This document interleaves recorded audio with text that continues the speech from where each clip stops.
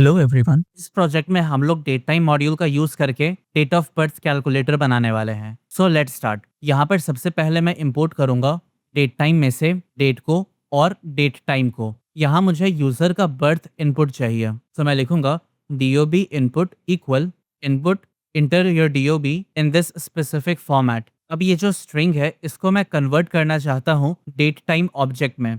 तो इसके लिए मैं सिंपली यूज कर सकता हूँ डेट टाइम डॉट str पे टाइम एंड यहाँ पर इस इनपुट को मैं ले लूंगा चूंकि DOB का है एंड ये मेरा फॉर्मेट हो जाएगा। पहले date, then dash, then month, then dash and then year, जो कि 4 डिजिट का है। बहुत बढ़िया।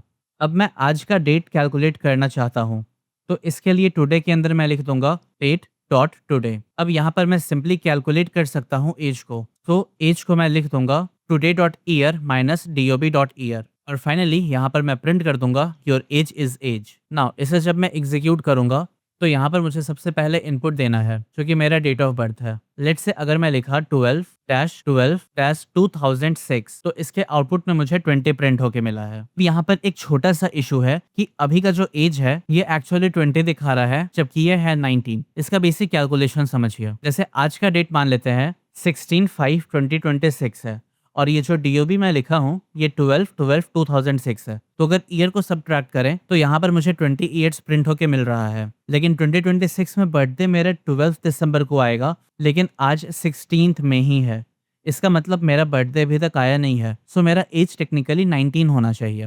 सो इसके लिए यहाँ पर हम एक छोटा सा कंडीशन ऐड करेंगे और ये कंडीशन कुछ ऐसा होगा कि अगर आज का जो मंथ है या फिर आज का जो डे है वो छोटा है DOB के मंथ से या फिर DOB के डे से, अगर ऐसा केस है तो एज को मैं 1 से सब्ट्रैक्ट कर दूंगा और अगर ऐसा नहीं है तो इग्नोर करता हुआ मैं आगे बढ़ के इसे प्रिंट कर दूंगा। नाउ अब मैं इसे अगर दोबारा से एग्जीक्यूट करा एंड फिर से मैं सेम डेट दिया 12/12/2006 एंड इसे मैं एग्जीक्यूट करा तो आप देख सकते हैं यहाँ पर अब मुझे 19 ईयर्स प्रिंट होके मिल गया है। एंड अगर मैं दोबारा एग्जीक्यूट करा एंड लेट से यहाँ पर मैं लिखा 12/4/2000 तो इसका आउटपुट मुझे 26 प्रिंट होके मिल गया है। बहुत बढ़िया। तो बस इतना ही सा था हमारा ये प्रोजेक्ट का कोड। ये प्रोजेक्ट काफी सिंपल था क्योंकि इसका इंटेंशन कोई कॉम्प्लिकेटेड प्रोजेक्ट बनाना नहीं बल्कि डेट टाइम को रियल लाइफ में कैसे यूज कर सकते हैं ये दिखाना था। सो मैं आशा करता हूँ कि आपको ये वीडियो अच्छा लगा होगा।